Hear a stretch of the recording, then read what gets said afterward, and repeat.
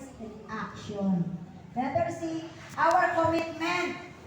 Meron po tayong integrity, meron po tayong honesty, and commitment to speaking His truth and keeping our promise brings glory to God and earns the trust of others. Ayan po, letter C, meron daw po tayo, ang lingkod ng Diyos, dapat ay meron tayong commitment. Meron tayong commitment sa ating Panginoon. Ayan, alam natin yung mga pangako ng Diyos sa ating mga buhay. Kasi itong pangakong ito ang magpapalakas sa atin. Amen. Ang pangakong ito ang maalala natin.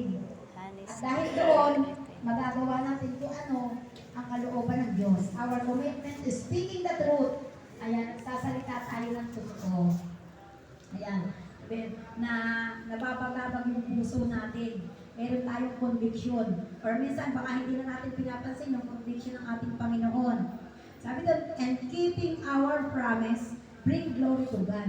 At nakatago sa ating puso ang kanyang mga pangako para ito ay magdala ng kalwalatian sa ating Panginoon. Amen. Our ears the trust of others. At dahil po doon, ang mga kapwa natin ay magtitiwala sa atin. Dahil nakita doon yung ating integridad, yung ating pagiging matapat, yung ating commitment, at sinusunod natin kung ano yung kalooban ng Diyos. Kasi sabi na po, the importance of honesty and integrity. Ayan.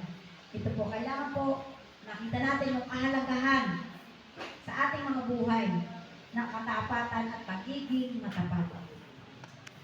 Okay po? Sa Psalms 119:1